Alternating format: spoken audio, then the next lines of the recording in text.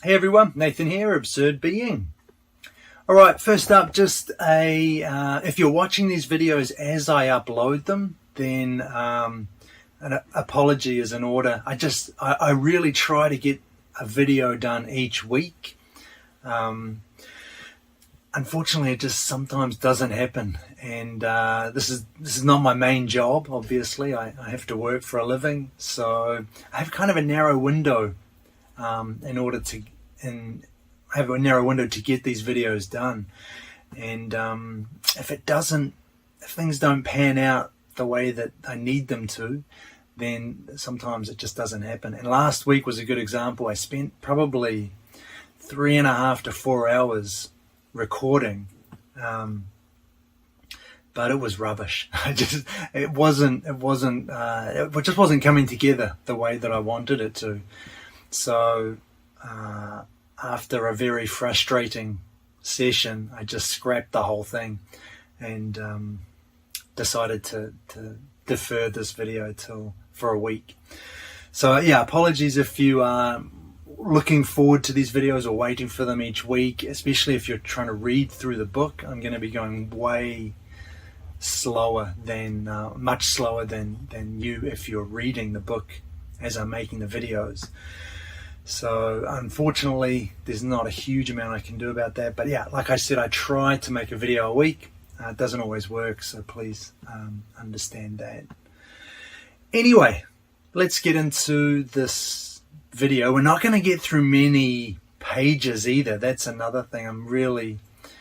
There's just so much information I'm finding in this book. There's just so much information crammed into the pages. There's a lot to talk about.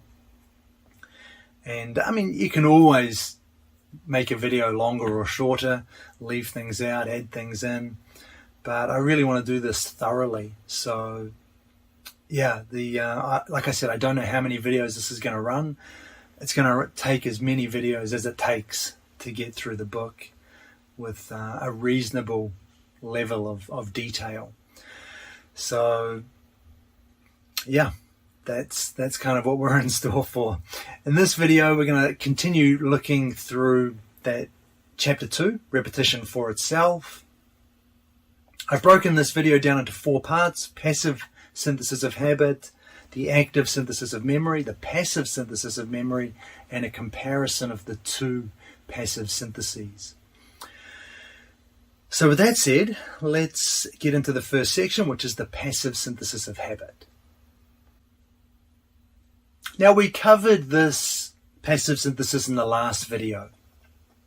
Talked about it in quite a bit of detail, so we don't need to go into too much depth again. But there are a couple of things I do want to say. The first is that Deleuze starts calling this passive synthesis habitus. So he gives it a kind of a Greek-sounding name. And just by way of revision, this synthesis, habit, is habitus, is the originary synthesis. And he calls it here the foundation of time. I can't remember if we called it that in the last video. But it's the foundation of time because it constitutes the life of the passing present.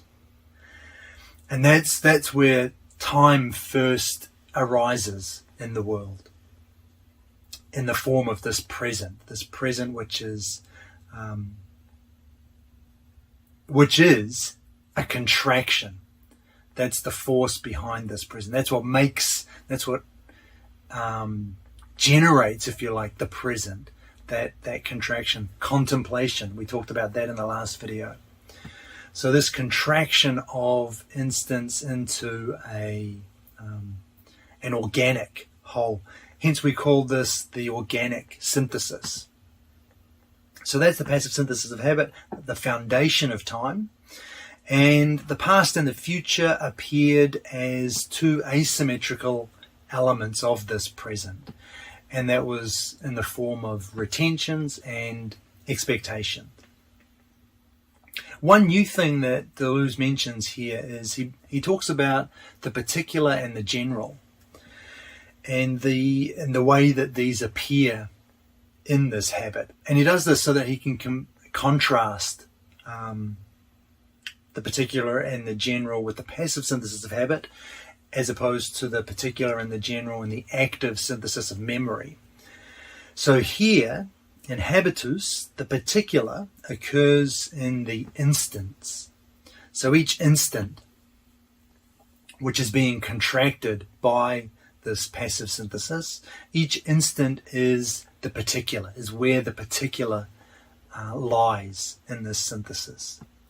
And that means that, contrary to what you might think, it's not the present, it's not in the present, rather it's in the immediate past, or the retentions.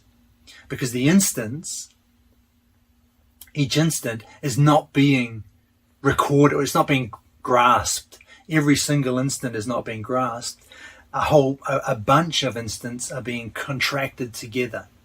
And that's what the present is, right? So each of those instants, by the time we contract them, they've all already occurred, in a sense. Well, no, they have all already occurred. So, but they're being retained. They're being kept alive through this passive synthesis. That's what the act of contraction is. It's keeping these instants alive, grouping them together, grasping them as a whole. And that's what brings about things like the organs, the heart, the muscles, all of these hence the organic synthesis. What allows these things to come together is, metaphysically speaking, an act of contraction, not something that someone, not something that an agent is doing. It's not a deliberate act. It doesn't even require, remember, it doesn't require the intellect or understanding, cognition. There's no thinking going on here. This is all prior to thought. Hence, again, organic synthesis. It's what brings everything together such that you can have a heart and muscles and all of the other things. So what we're talking about here is kind of a metaphysical force. And I hesitate to use that word because it's so easy to read things into it that aren't there. But obviously, if we're trying to explain reality, we're trying to explain the world, we're trying to explain time, we're going to have to uncover something that we're going to have to presuppose something at kind of the base level. And there has to be something which will allow things to arise. It can't just be static. So there has to be this. I prefer to think of it as a kind of an inchoate, basic drive, almost Schopenhauerian will, in a sense. But there has to be something. You have to put something into the metaphysical bedrock, something that can allow or generate movement, or else nothing would ever happen. And so for Deleuze, that something is this contractive power. And that, like I said, it happens before there are any humans around or even organisms, but it's what an organism is comprised of. It is, as he said, contracted water, contracted earth. And that's what he means. It's this metaphysical drive, which is just, it's what we're presupposing, but it's embedded in reality itself in some way. And I don't see this as a weakness, because you have to presuppose something. Every theory, every metaphysical theory, every theory that wants to explain reality is going to have to bottom out somewhere.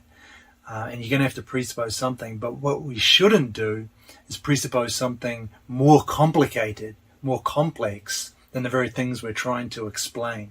So whatever it is we presuppose, we want it to be very basic. We don't want it to be able to think or be conscious or do anything special, because all of those things have to arise from from this fundamental force. And fundamental force is probably a good way to think about it as a parallel with the 4 fundamental forces of science. It's that kind of thing. I believe, in reading Deleuze, he's not gesturing at some kind of mystical, deeper stratum below the physical where magical stuff happens. It's just that's what we're looking at, this fundamental force, which we have to presuppose because things happen, things exist, and in order to get those things existing, you have to have some kind of movement, you have to have some kind of dynamism. And like I said, that's what Deleuze sees in contraction, this force of contraction. So what the heck were we talking about? Okay, the particular occurs in those instants which are being contracted. It occurs in, and that was the immediate past. They were retentions because those instants have already gone by the time the force of contraction contracts them into an organism or to parts of an organism. So the particular occurs in the instance, which to say it happens in the immediate past, and the general is the present, because the present is, as that contraction, it is the accumulation, the gathering together of all of those particulars, the particular instance. So the particular and the general have that meaning here in the passive synthesis of habit. Keep that in mind because it'll come back. We'll come back to that when we talk about the active synthesis of memory, which we're going to do right now. So in line with the passive synthesis of habit being habitus, Deleuze calls this, the active synthesis of memory, Mnemosyne, the Greek god of memory. And here we are now talking about remembering. So a deliberate act. It's not passive anymore, hence the active. It's a deliberate, intentional act. And in this active synthesis,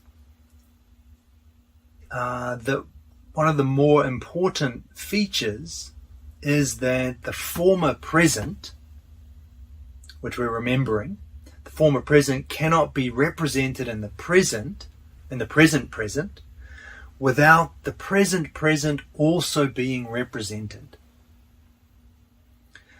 I'll just read that again because it is kind of, that may have sounded a little bit confusing. The former present cannot be represented in the present one without the present one also being represented. And the importance of that, or the reason Deleuze highlights it, is because this tells us that we're not dealing with successive instants on a timeline. We're not dealing, when we remember, we're not just moving back, if you like, or moving back, whichever direction it is, to a former present.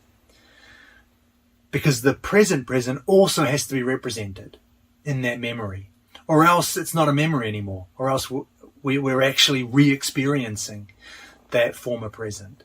In order for it to be a memory, the present present has to be represented as well. Which means that there is an extra, and here I hesitate to use this word, but I will, dimension.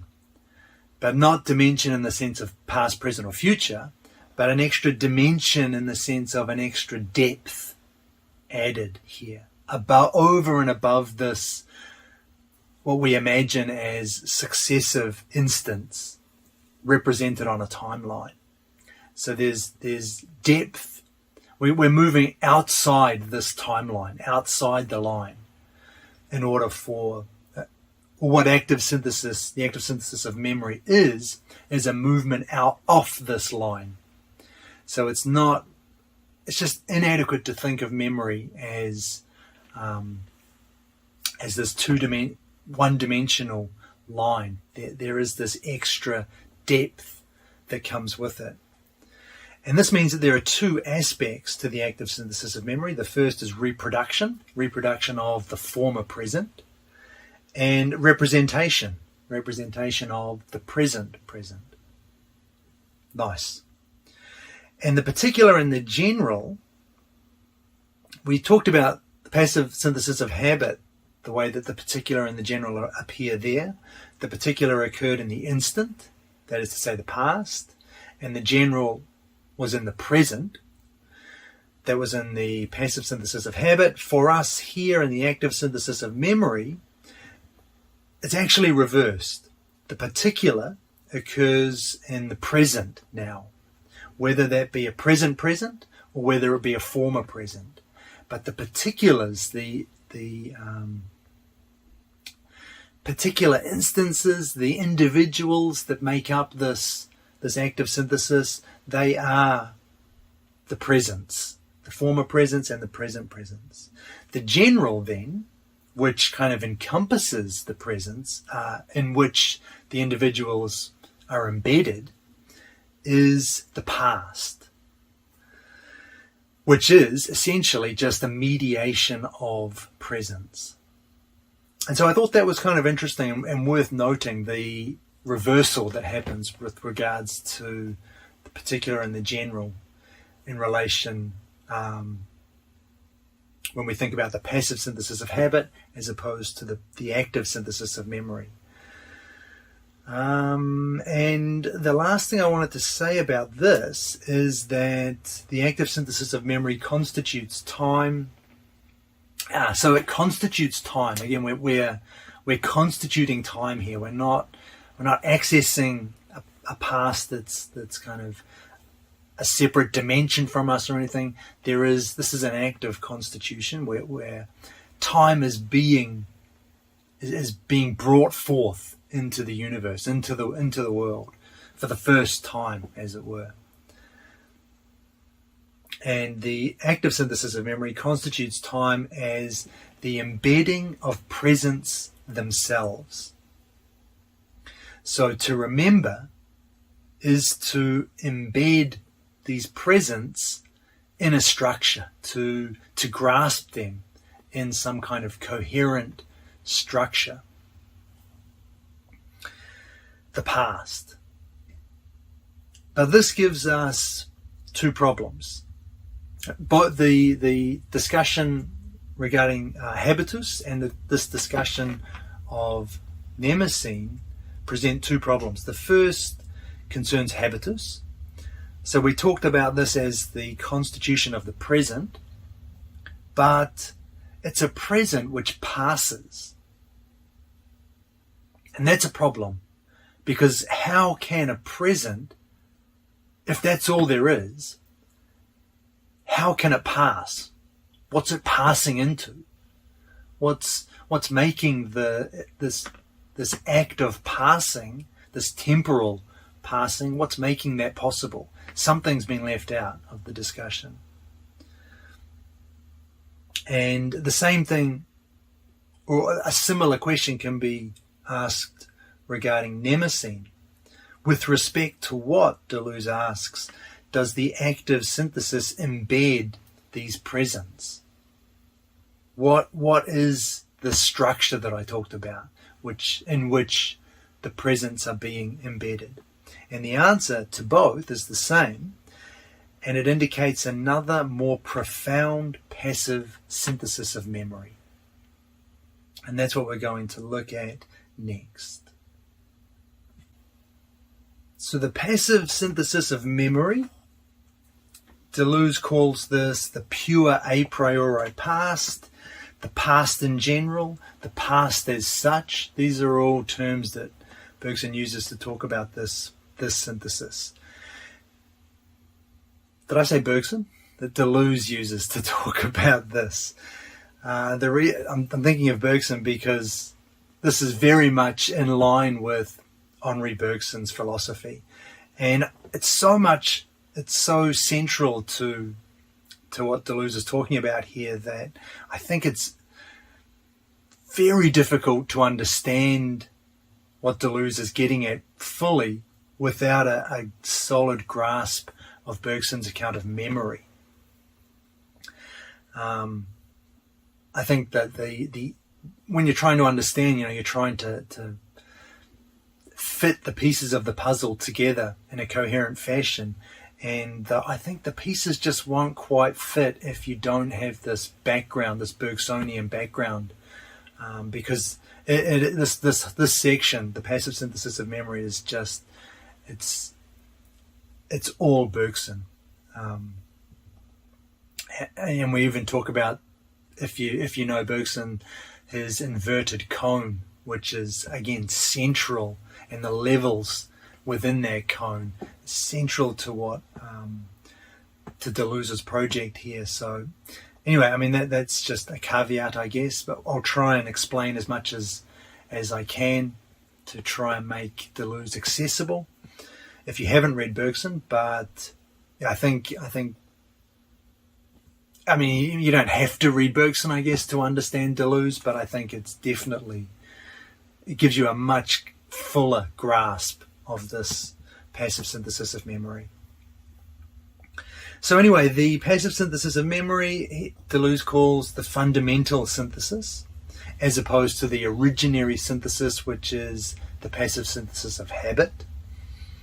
He also calls this the ground of time, as distinct from the passive synthesis of habit, which was the foundation of time. And so we do have, and that's a really good way of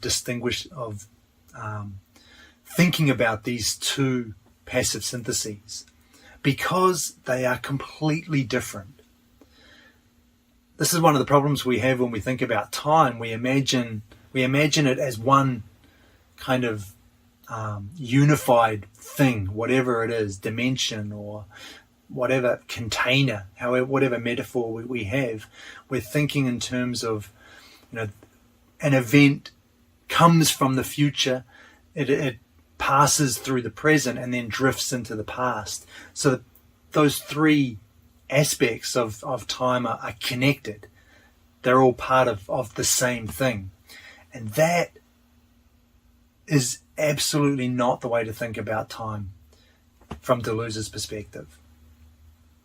The originary synthesis, the foundation of time, is in the passive synthesis of habit. That's where you get this present, the lived present. But that synthesis is a completely different synthesis from this one, which is the passive synthesis of memory. And this is the ground as opposed to the foundation. The foundation of time, like I said, that's where time first arises in the world, in the form of an organism. It's what an organism is. It's what the organs that make up the organism are. They are contracted instants, contracted water, contracted air, all of those things. That's a fundamental synthesis. That's the word there. That's a foundation. It's a foundationary synthesis. Foundationary? It's a foundational synthesis, in the sense that there is no time without that. There is no present without that. But this fundamental synthesis, the passive synthesis of memory, is the ground of time as opposed to the foundation.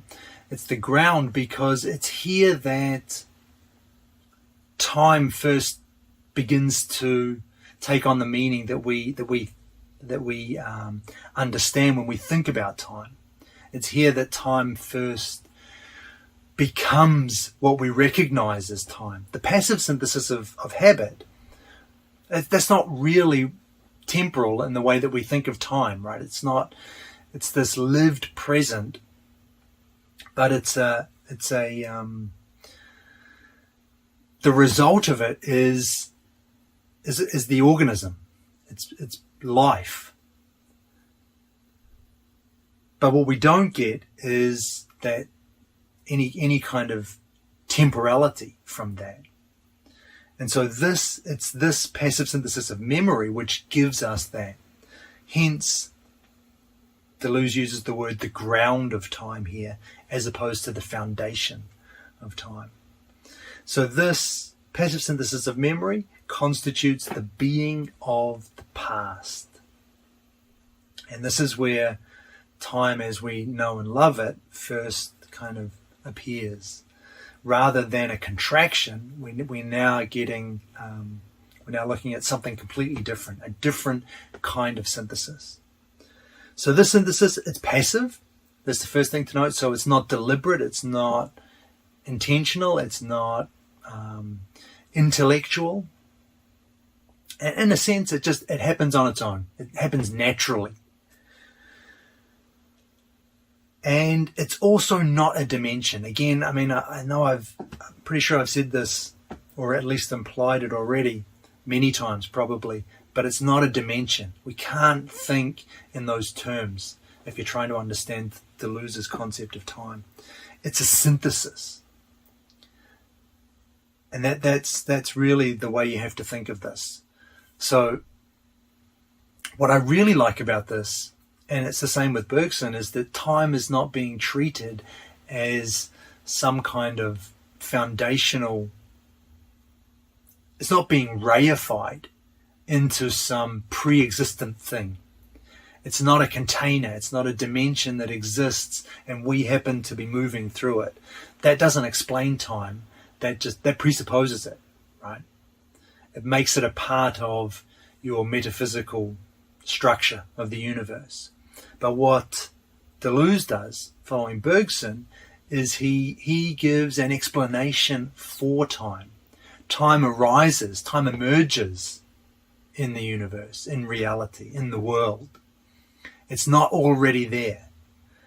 And that, I think, is good.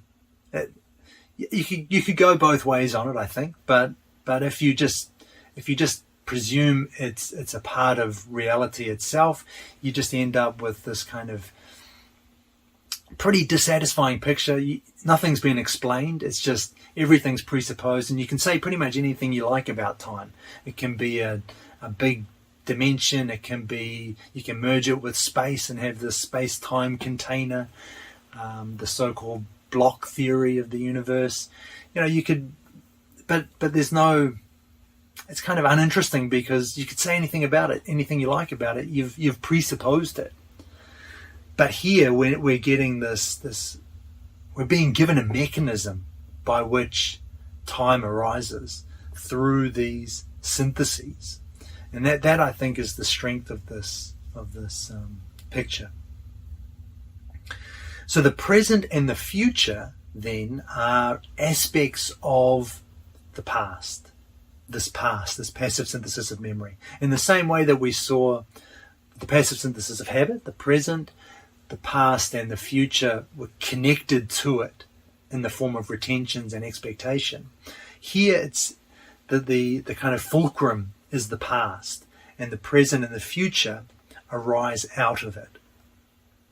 And this means that we're not going to be able to constitute the past out of presence.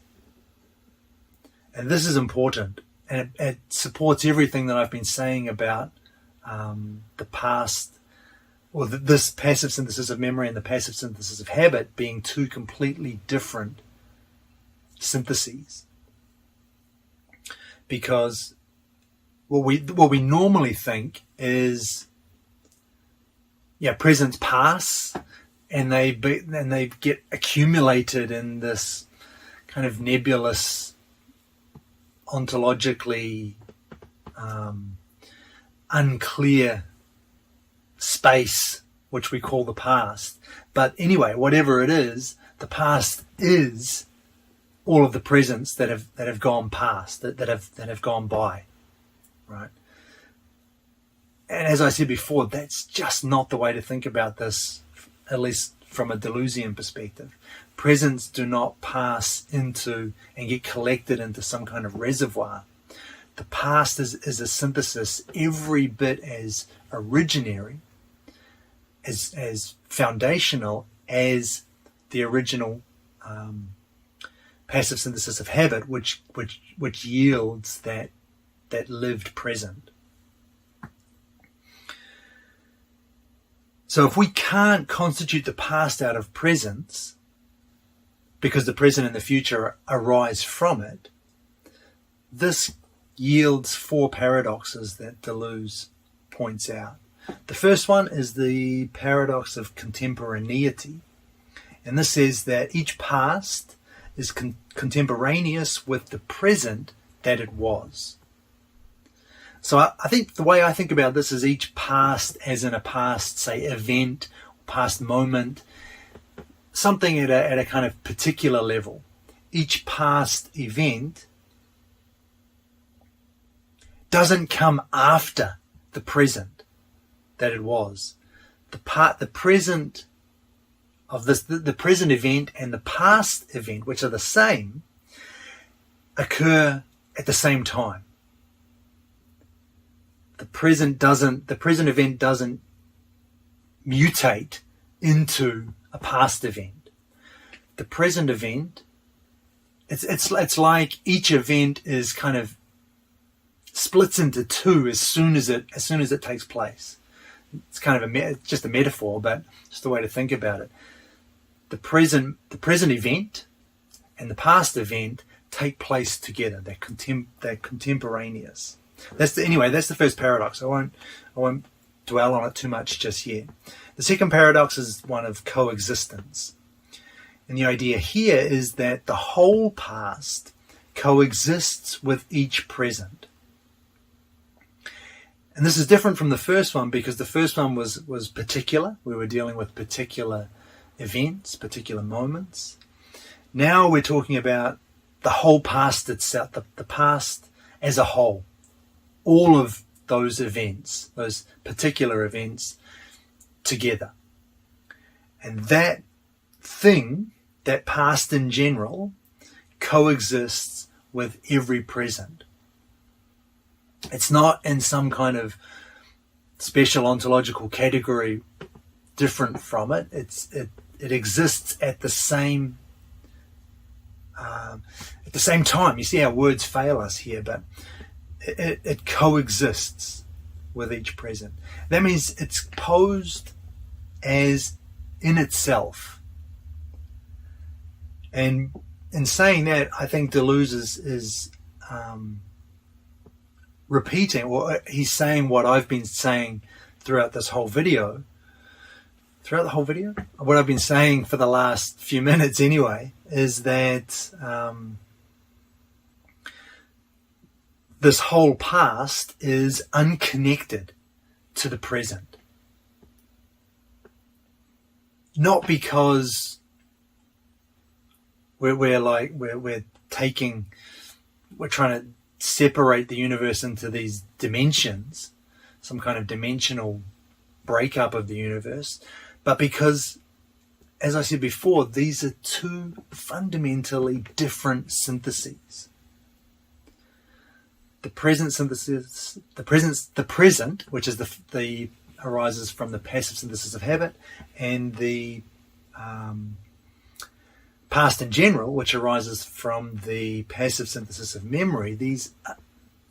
What brings these two about are two completely different acts of syntheses, acts of synthesis.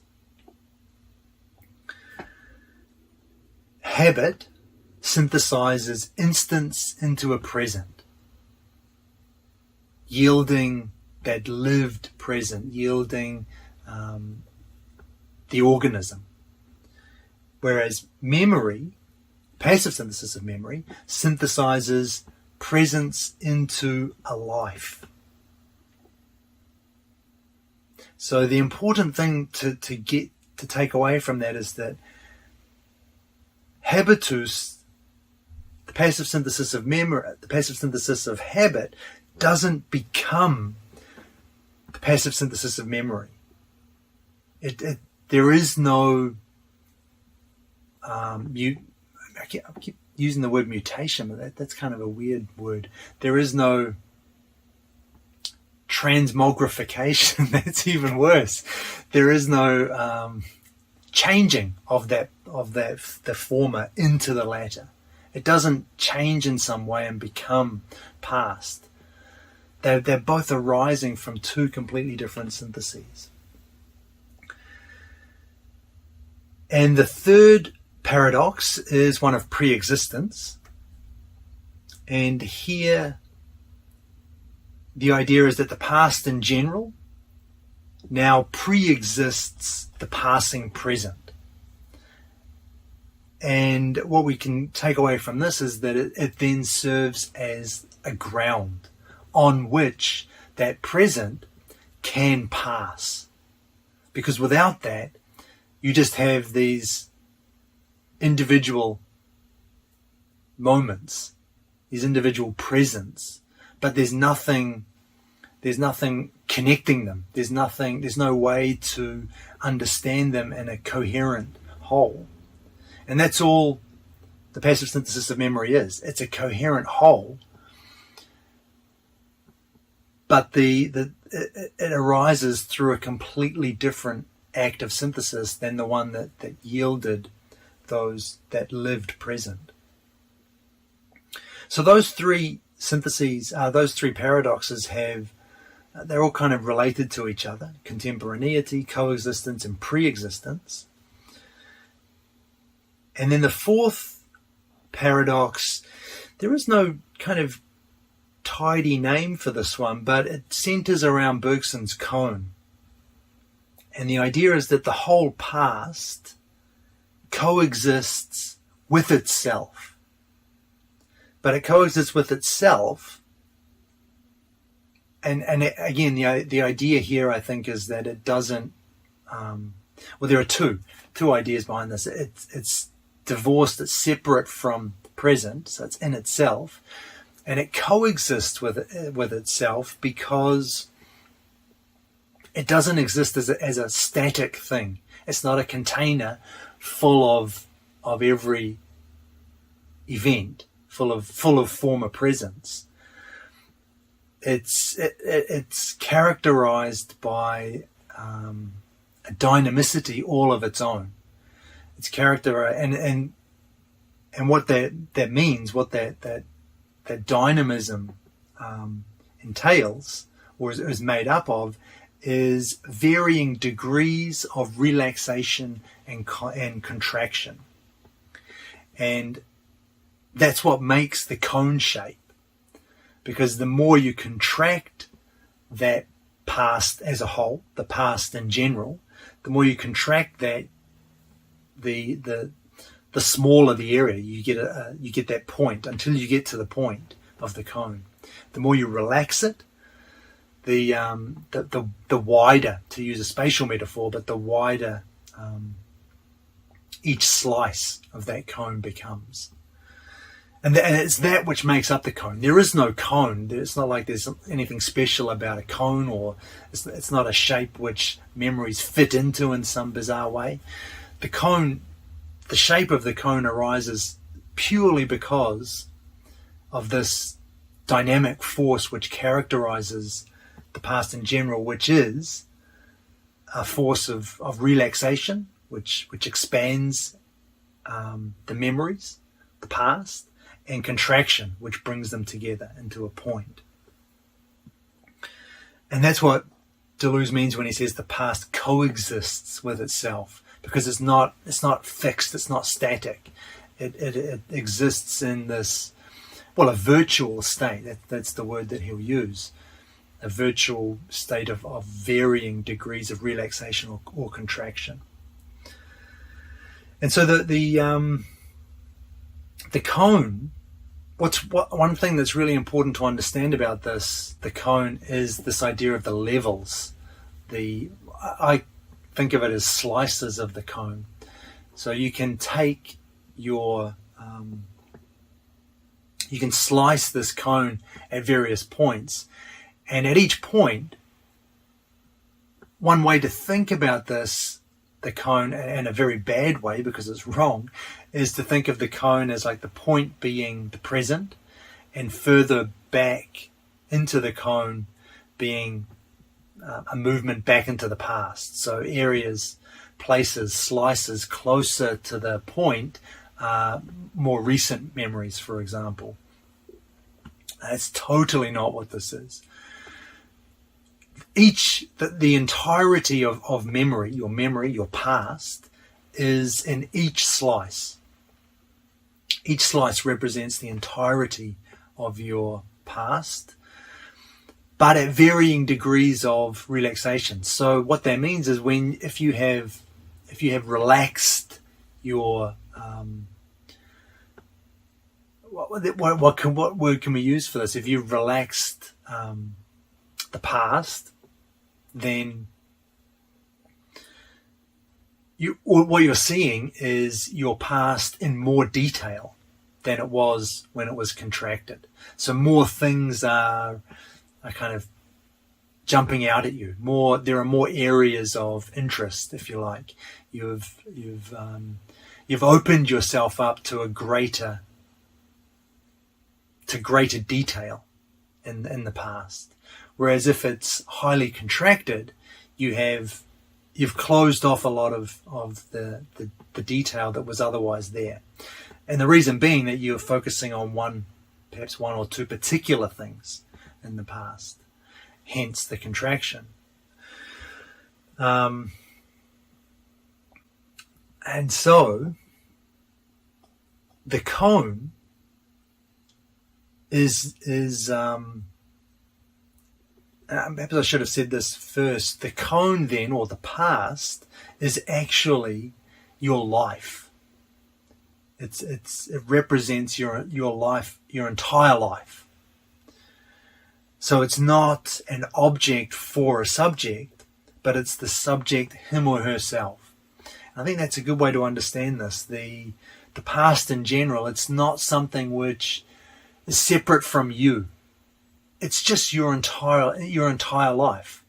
It's the sum of your experiences. And I think if you think about it in those terms, this makes a lot more sense. The past is not something you carry with you. You don't exist over and above your past as something different from it. You are that past. That past is your life, the entirety of your life. So that's the cone. Bergson then goes, I did it again. Deleuze then goes on to talk about destiny. And this is it's interesting, and it helps to clarify exactly what Deleuze means when he's talking about this cone and the past in general. So if you think about a life, presents succeed, encroaching upon one another. Nevertheless, however strong the incoherence or possible opposition between successive presents, we have the impression that each of them plays out the same life at different levels. This is what we call destiny.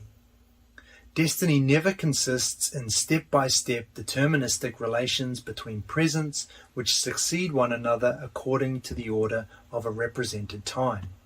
Rather, it implies between successive presents non-localizable connections, actions at a distance, systems of replay, resonance and echoes, objective chances, signs, signals and roles, which transcend spatial locations and temporal successions.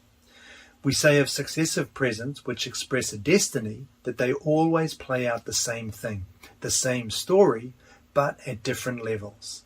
Here more or less relaxed, there more or less contracted. So you can see there why I wanted to emphasize these levels, the slices of the cone, and this idea of relaxation or contraction. But it may benefit us to dwell on this a little bit longer. So if you think of your life, your past, at a certain depth, at a certain level of detail, at that level, at that slice of the cone, certain things stand out, certain events stand out, and they kind of characterize your life at that level, understood at that level of detail. But if you go deeper, if you expand, if you relax that tension, and see your life in greater detail, see that same event in greater detail, then different things will stand out. And those different events or those different feelings, they are the dominant events or feelings at that level of relaxation. And so you can do this at any level, but at each level is, I think that's a fair way to put this, dominated by certain features that stand out. Bergson calls them shining points at each level. And the way that Deleuze thinks of this is that if you're at a certain level where a certain types of event stand out, you contract from that level, then those events remain salient for you into the present. You kind of bring them forth from your memory, from your past. And so it's that motion which is driving this idea, the idea in this quote about destiny. So let's just go back to the start of the quote. Presence and sequence may appear contradictory, but they still belong to the same life, the same story, just at different levels. So the way I think of this is, if you imagine I'm in a social setting, I'm confident, I'm having a good time, then I might be living my life from a particular level in that cone, right? My life is being, I have a certain degree of relaxation or contraction from which I'm living. We're always living from some kind of, from one of those levels on the cone. And at that level, everything's fine. But then in the next moment, I might become shy. Not randomly. Perhaps someone else comes, someone with whom I have a tense relationship or something, or something in the dynamics of the social group change, so that I now feel shy or feel reluctant to participate like I was before. That's quite feasible, right? You could go from being confident to being shy in a fairly short space of time, based on something which changes in the environment.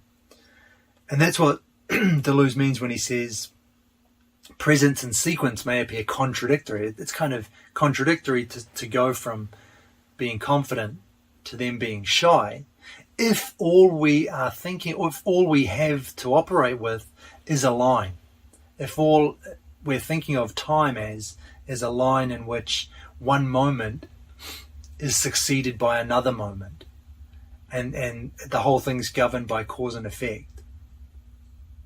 That doesn't make any sense. How can someone go from being confident to being shy unless there is something else at play, unless there's a greater depth to the picture that we're missing?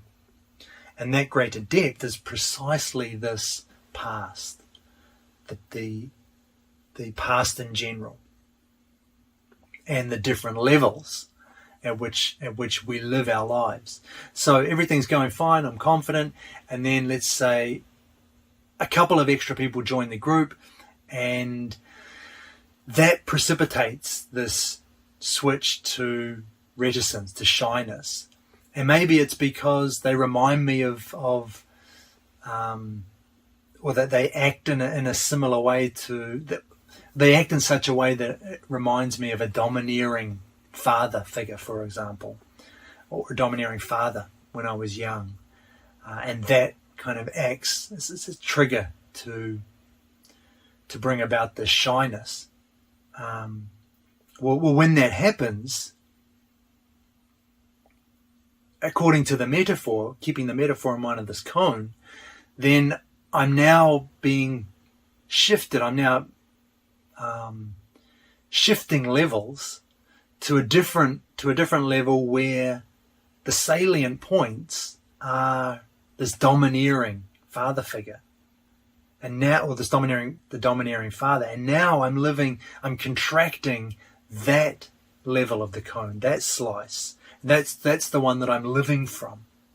So that gets contracted with those salient memories, those salient feelings, and that is what brings about the shyness in me. So even though it's kind of contradictory, someone should be either confident, that's their personality, or they're shy, that's their personality. You don't switch between the two. But we do switch between the two. And the explanation is that we're living from different levels within this cone, bringing forth different experiences, different memories, different feelings, different ways of responding to situations.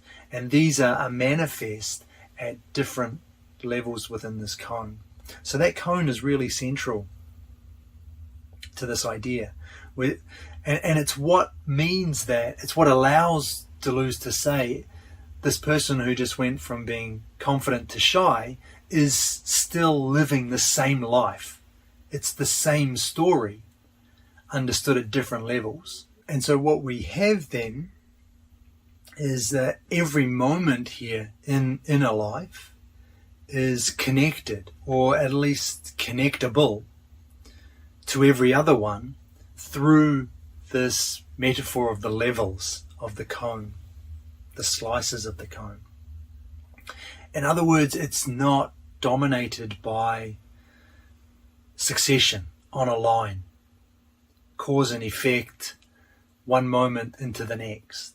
There's a deeper layer to this. There's a depth that is being missed if all we have is this timeline where events play out in sequence, one after the other. And this is what Deleuze means when he says non-localizable connections. It's connections that they're not, because that they make up, they're drawn from your entire life, the entirety of your past, which you are. And that amalgamation, that of interrelated, integrated, connected events, and memories and feelings and all of those, everything that you've experienced has nothing to do with space. It transcends space, is what Deleuze says. Transcends space, transcends temporal succession, because space as in location and temporality as in succession have nothing to do with this whole, which is the past, which is your life, which is you. All of this is all kind of melded together into this dynamic kind of almost living whole. So when he says this, these non-localizable connections transcending space and time, this is not a reference to any kind of mystical realm beyond the physical, behind the veil of Maya or anything like that. It's just what the past is. It's what your life is. It is this passive synthesis of memory. And finally, the idea then, why destiny? Why does Deleuze call this destiny? The idea of all of these presents, which are in the past, that make up this, even though presents don't become past, the past is made up of all of these moments, right? These experiences. The idea of all of these experiences belonging to the same life, that is destiny. In the sense that it's something you can't escape. It's something you have to live. You have to live this life, this past, this totality, which is everything that you are.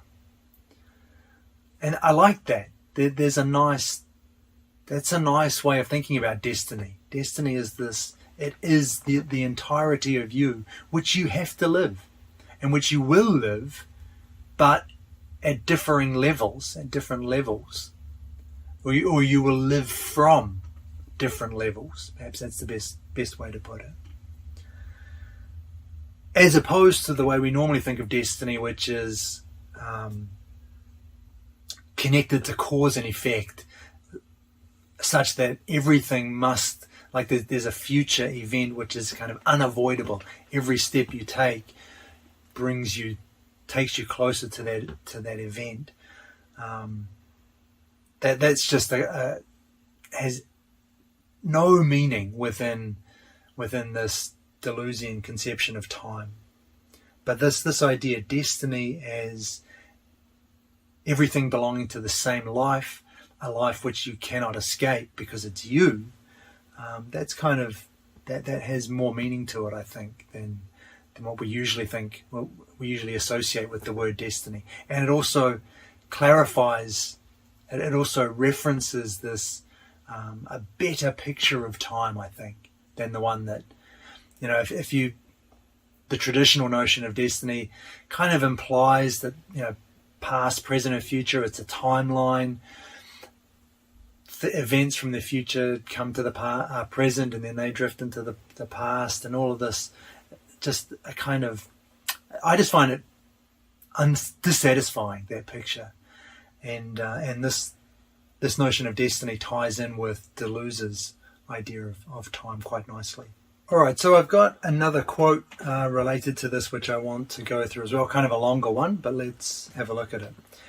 The succession of present presents is only the manifestation of something more profound, namely the manner in which each continues the whole life, but at a different level or degree to the preceding, since all levels and degrees coexist and present themselves for our choice on the basis of a past which was never present. What we call the empirical character of the presents which make us up is constituted by the relations of succession and simultaneity between them, their relations of contiguity, causality, resemblance, and even opposition. What we call their noumenal character is constituted by the relations of virtual coexistence between the levels of a pure past, each present being no more than the actualization or representation of one of these levels. In short, what we live empirically as a succession of differing presents from the point of view of active synthesis is also the ever-increasing coexistence of levels of the past within passive synthesis. Each present contracts a level of the whole, but this level is already one of relaxation or contraction. So that's a really good quote that captures quite nicely what Deleuze is talking about here, I think. Everything's contained in it. It's got all of those ideas which I've been trying to get across. So let's just break this down with a couple of things. The first thing is choice. I wanted to look at this. Deleuze mentions it here. All levels and degrees of that cone coexist and present themselves for our choice. Choice here, so we're destined to live our lives. There is this sense of we have no option. We have no choice. We can't live a different life. We have to live our lives. But our freedom comes in the fact that we can choose the level at which we live our life, or from which we live. And this, I think, is a nice way to think about this. So we can, because each level, again, highlights different things. And so your choice stems not from a kind of arbitrary freedom, but it stems from being able to choose how which one of these levels, which features of your experience you will use, you will actualize in the present, you will bring forward to engage with your present situation, your present circumstance. So that's where the element of choice comes in here, and in the midst of this all this talk of destiny. Of course, this has nothing to do with free will and determinism. It's not that. We're not discussing that at all here. But I thought that was nice. And we also have to look at this phrase, a past which was never present, because that's really interesting. And he says, so all levels and degrees coexist and present themselves for our choice on the basis of a past which was never present. What is that? The basic idea, I think, is that the past in general, as a whole, the past in general is your entire life. And that means that such a thing, the entirety of your life, was never present, right? The entirety of your life was never present. What was present were individual moments, but the entirety of your life is never condensed, contracted, and brought forth or actualized into a present. You're always taking a slice of that whole and contracting that. You never contract the whole thing. It doesn't even make sense to talk about bringing the whole thing forward into your life. That just doesn't compute at all. I don't like that expression, but that just doesn't make any sense, right? So that's the first sense in which this past of this passive synthesis of memory is a past which was never present. And the other sense is that each past was past as soon as it occurred. So when you, remember when I said before that we looked at this with the paradox of contemporaneity, each past is contemporaneous with the present that it was. And very difficult to visualize this because it doesn't quite gel. But the idea is that each event each event is synthesized maybe in two different ways. And in one way, it's that the passive synthesis of habit, which gives you that lived present, or that present which you live, perhaps is a better way to put it. And then there's the passive synthesis of memory, which gives you this past. And that past is past as soon as it arises. It doesn't go from present to past. The present, as I've said before, doesn't change into the past. The past is past from the very beginning. Therefore, it's a past which was never present, because the two are the result of completely different syntheses. That's just such an important idea in this section. Okay, so anyway, past which was never present. And the other thing in there which is nice is this talk of the empirical character of presence being linear, being dominated or regulated by succession or understood through causality. That's the active synthesis of memory, right? That's how the active synthesis works. That's how it operates through those two aspects: reproduction and representation. Reproduction of the former present, representation of the present. But it's operating within the confines of that. There is an extra dimension opened up. I talked about that, an extra depth to it because of that representation of the present. But it still doesn't get to this depth of the past as such, which we're talking about now, the passive synthesis of memory. So you've got that empirical character, that's the active synthesis of memory, presence being linear, arising in succession, governed by causality, and contrasted with the noumenal character of presence, which is characterized by virtual relations on different levels in this cone. Virtual, it's a bit early to talk about that, but virtual because they don't exist. They don't pre-exist in some way. They're brought about through the act of placing yourself in at one of these levels, through contracting or relaxing your the tension of your focus, if you like, which puts you somewhere in that level. And this is something which happens automatically, right? Something which you don't have any control over, which is why you might go from being confident to shy, and there's nothing you can do about it. You don't want to be shy, but you're kind of being placed on that level. So, although Deleuze calls that a choice, it's not always quite as clear cut as that. Sometimes you find yourself thrust at a level, living from a level which you would rather not live from. But that's the way that this works. That's the nature of this passive synthesis of memory. But yeah, virtual relations on different levels as opposed to that linear, governed by succession and causality approach or empirical character of our lives, of presence.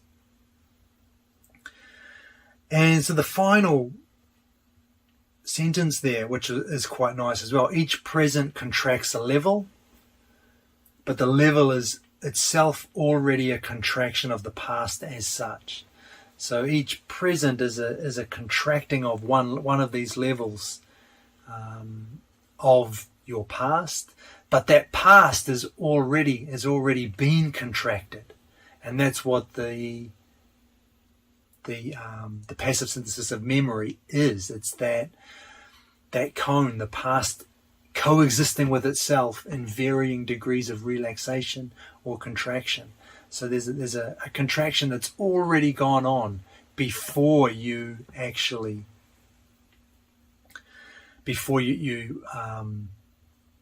one of those levels is contracted into the present, before one of those levels is actualized for you in the present moment.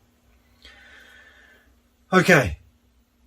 Deleuze also talks about something called Metemppsychosis, which is a kind of strange thing to bring up, and it's a strange word actually to use, and it means transmigration of souls. But let's have a look at the quote and see if we can. I thought it was worth discussing this a little bit. Moreover, what we say of a life may be said of several lives. Since each is a passing present, one life may replay another at a different level, as if the philosopher and the pig, the criminal and the saint, played out the same past at different levels of a gigantic cone. This is what we call Metemppsychosis. Each chooses his pitch or his tone, perhaps even his lyrics, but the tune remains the same. And underneath all the lyrics, the same tra-la-la, in all possible tones and all pitches.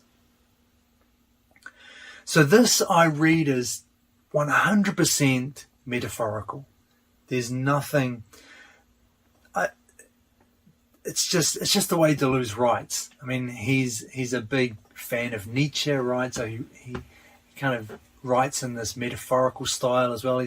We're talking about Mnemosyne and habitus, Greek god of memory, and we're going to talk about the Greek god of death later, Thanatos.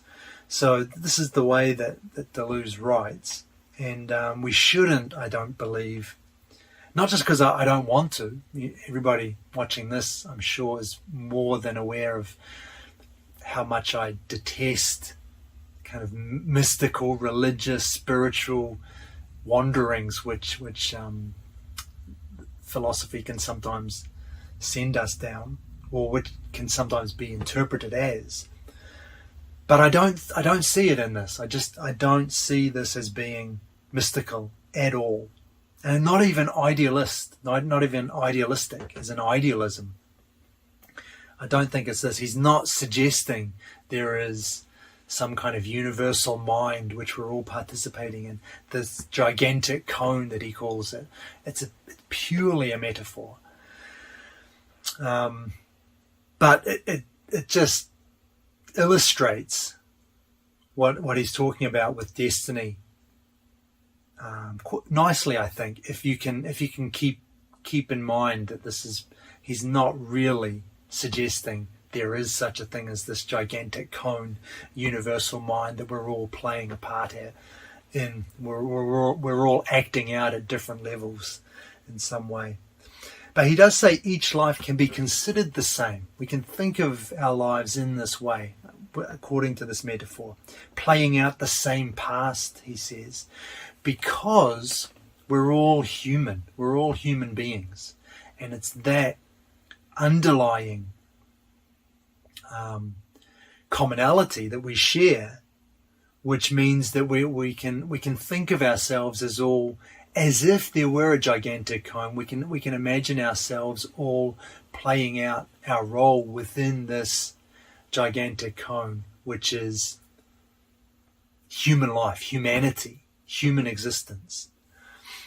And the pig, by the way, if you missed it, that's certainly a reference to John Stuart Mill and the question of whether it's better to be a pig satisfied or Socrates dissatisfied. So he's not trying to extend this to animals or anything like that, just in case. But yeah, that's what he's getting at with this. It's not even, I think, metaphysical. This is not part of his metaphysical picture, because there is no passive synthesis above the level of the human. Passive synthesis of memory, that is. The passive synthesis of memory, there's no indication that this should apply anywhere beyond, outside of a human being. All right, so that's that. One question that might occur to you is, we talked about those 4 paradoxes. Why doesn't Deleuze resolve them? Why are they never resolved here? And the answer is they don't need a resolution. They only appear as paradoxical when we have failed to understand the past properly. If we're thinking of time in a linear fashion, as a succession of moments or events, one after the other, driven by causality, if we think of time in that way, a past, a present, and a future, then they're paradoxical. But if you think of time in terms of these syntheses that Deleuze is talking about, and different syntheses at that, then the paradoxes aren't paradoxical. So there's no need to resolve them. And he finishes this section that I'm focusing on in this video with a question, and it's an interesting one. He says, he asks, can we live this passive synthesis of memory the same way that we live the passive synthesis of habit? And that's interesting, because the passive synthesis of habit is lived.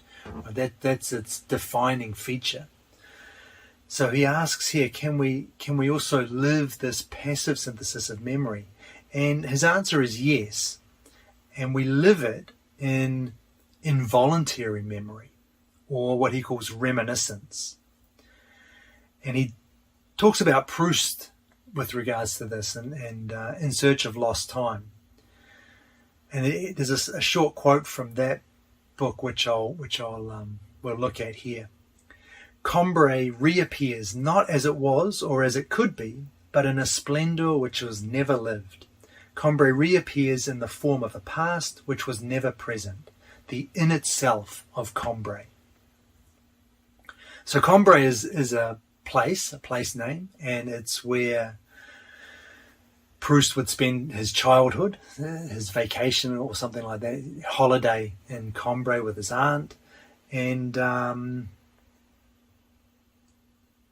what Deleuze is getting at here is that when Proust remembers Combray, he's remembering it not as it was when he lived it, but he's remembering it in this different sense. There's a difference in his memory. And that's because, hence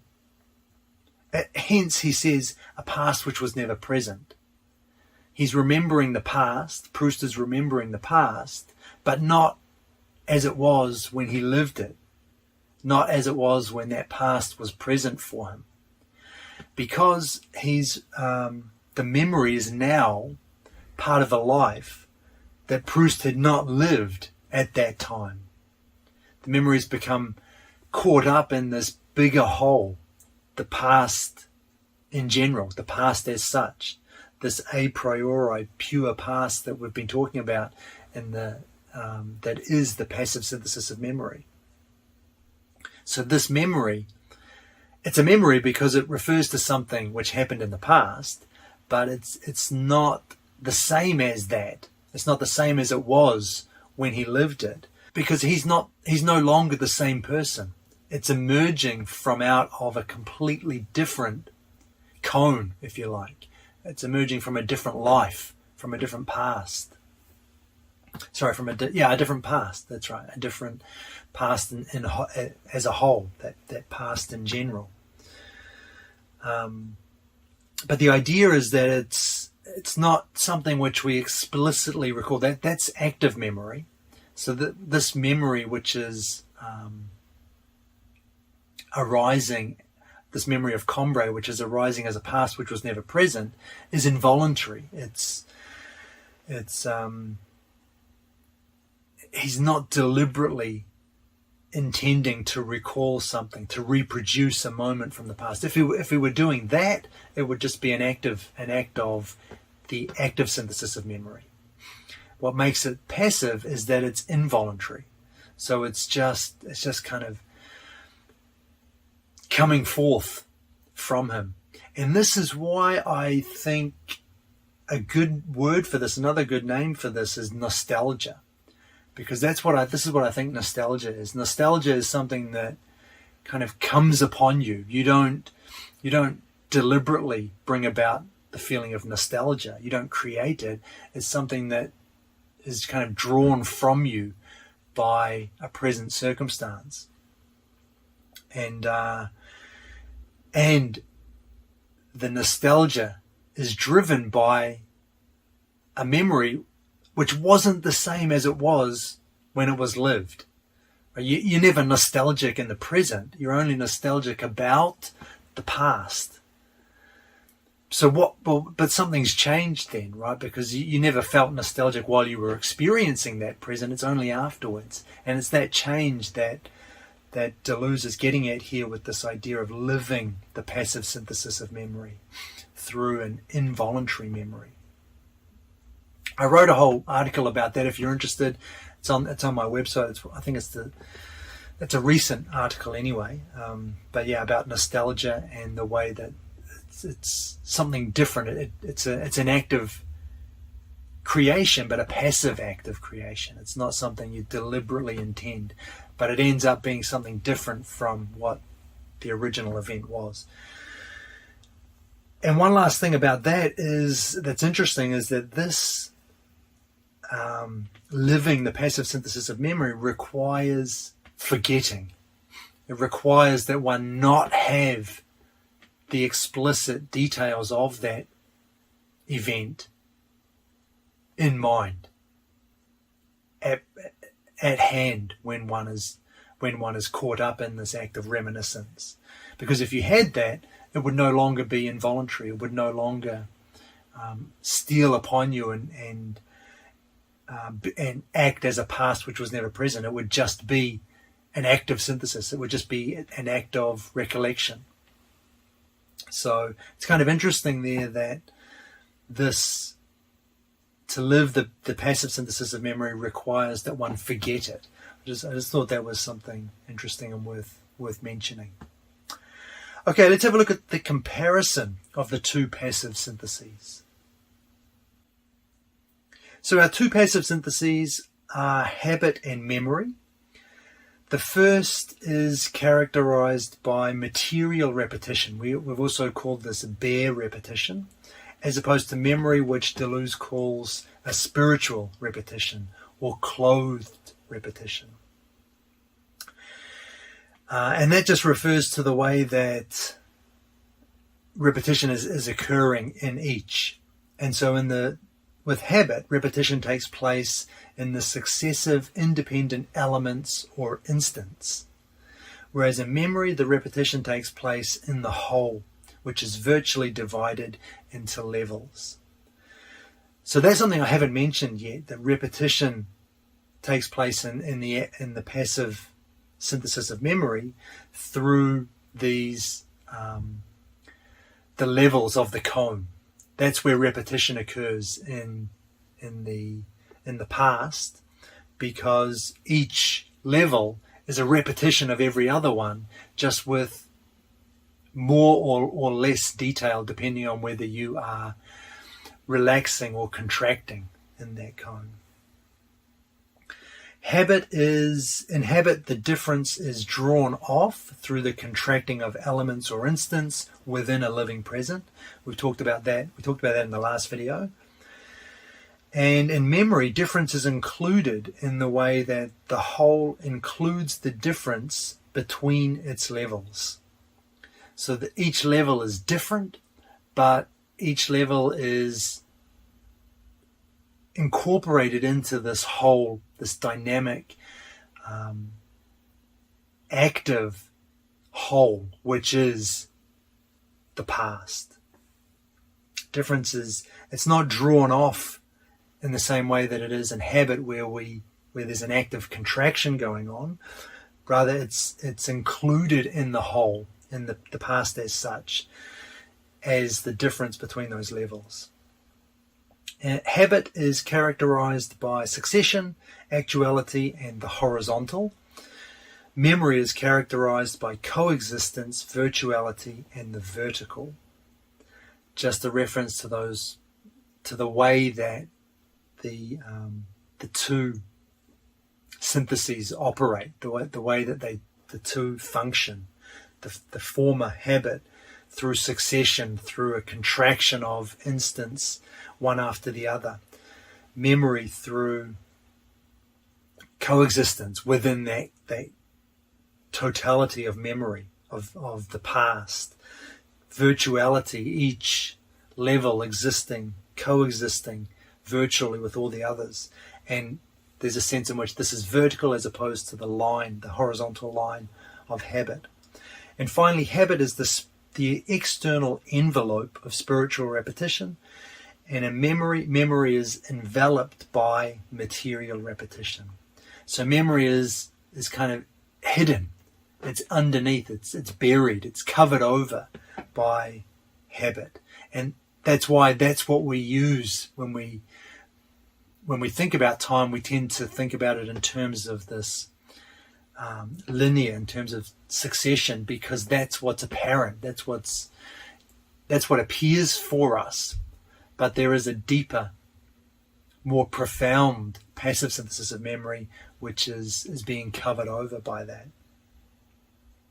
Importantly, neither of the passive syntheses are representable. Deleuze calls them sub-representative.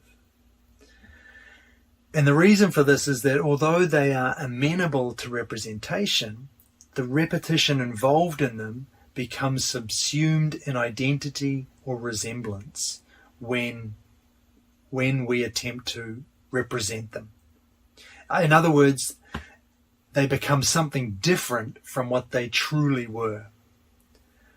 So neither of those passive syntheses are amenable to representation, in the sense that to represent necessarily, inevitably distorts what it was. So becoming subsumed in identity or resemblance, how does this happen? In habit, identity appears in the elements, or there is a resemblance in the cases. And by that I'm talking about what we said in the last video regarding Bergsonian contraction and Humean contraction. So for Bergson, the elements in the succession were what was contracted, and each of those elements is seen as being identical, becomes for us identical, and that's where identity arises. Whereas for Hume, there was a and a B, which were a cause and an effect, which were grouped together. Those were the cases. They were what were repeated for Hume, and each case, A and B, resembles every other instance of A and B. So again, resemblance comes to dominate the picture, in the same way that identity came to dominate the picture when we thought of it in Bergsonian terms of a contraction of these elements. And in memory, identity or resemblance arises in the present, which is reflection, or resemblance in the former presence, which is that act of reproduction. Memory being the active synthesis of memory, including both of those, obviously, the present in reflection, and the former present in reproduction. But the important point regarding all of that is that the repetition that's involved in each of these syntheses loses its difference, it no longer seems to manifest difference or arise from difference. The repetition becomes subsumed by identity or resemblance, and the difference is then lost. It's covered over. And so we don't recognize it. We don't think it's there, but it is. And that's the whole point of the book, is to bring out this essential feature, this metaphysical feature of difference. Okay, we had better hit a summary. So first we looked at the passive synthesis of habit. This is the foundation of time, and it constitutes the present as a contraction of instance. This is that organic contraction, foundation of time, because it's what first brings about time in the form of a lived present. Then we looked at the active synthesis of memory. And this is an embedding of presence, and it's characterized by reproduction and representation. Reproduction of a former present, representation of a present. But this is active, so it's a synthesis which is intentional, it's deliberate. And both of these syntheses, then there was that question, both of these syntheses were incomplete. They seemed to indicate something else. And that something else was the passive synthesis of memory. And this Deleuze calls the ground of time, to distinguish it from the foundation of time in the passive synthesis of habit, because this is what allows time to be temporal. And that's because it constitutes the being of the past. And that's what it is, the past in general, the pure past, the past as such. That's what this passive synthesis of memory gives us. And that past as such, this is just another way of talking about a life. Your entire life is this past. It is this passive synthesis of memory. But this generated four paradoxes for us. The paradox of contemporaneity, coexistence, pre-existence, and that cone where the past coexisted with itself in varying degrees of relaxation or contraction. Only paradoxes if we're conditioned to think of time as linear, as a succession of events, as broken up into three dimensions, past, present, future. However you normally think about it, that's the paradoxes arise from that incorrect, according to Deleuze, according to the picture that Deleuze is presenting, his account of time. This led us to a discussion of destiny, where destiny appears as the life that we live, the life that we have to live, the life that we have no choice but to live. the life of that cone, the life which is that past. And this past was made up of non-localizable connections through the different levels, the varying levels of this cone. Non-localizable connections, they transcended space and time because the past, your life is an amalgamated whole. It's an integrated, interrelated totality. It's not just discrete events put together in a filing cabinet of sorts. It's each event becomes mixed up with every other event. Each event can relate to other events on different levels from different times, from different places. None of those constraints apply when you get to this when you're thinking in terms of the past as Deleuze talks about it. And we also looked at Metemppsychosis, which is this notion that a metaphorical way of thinking of human lives as being part of a gigantic cone, so that each life is lived, each life kind of embodies this life, which is the life of a human being, but just at different levels, where the different levels reflect different ways we might choose to live. And finally, we looked at reminiscence, the idea that we can live the passive synthesis of memory. And so this was what I think is best characterized by nostalgia, a kind of involuntary reminiscence of a past, but a past which we remember not as we experienced it, a past which appears different from how we experienced it, a past which was never present. Okay, and that's us for today. Man, these videos are just, I can't make them any shorter. I don't know what's wrong with me. But that's the passive synthesis of memory. That's mainly what we focused on in this video. Hopefully that helped. Hopefully that clarifies in some way. Yeah, let's leave it there. Thanks for watching, and I'll catch you in the next one.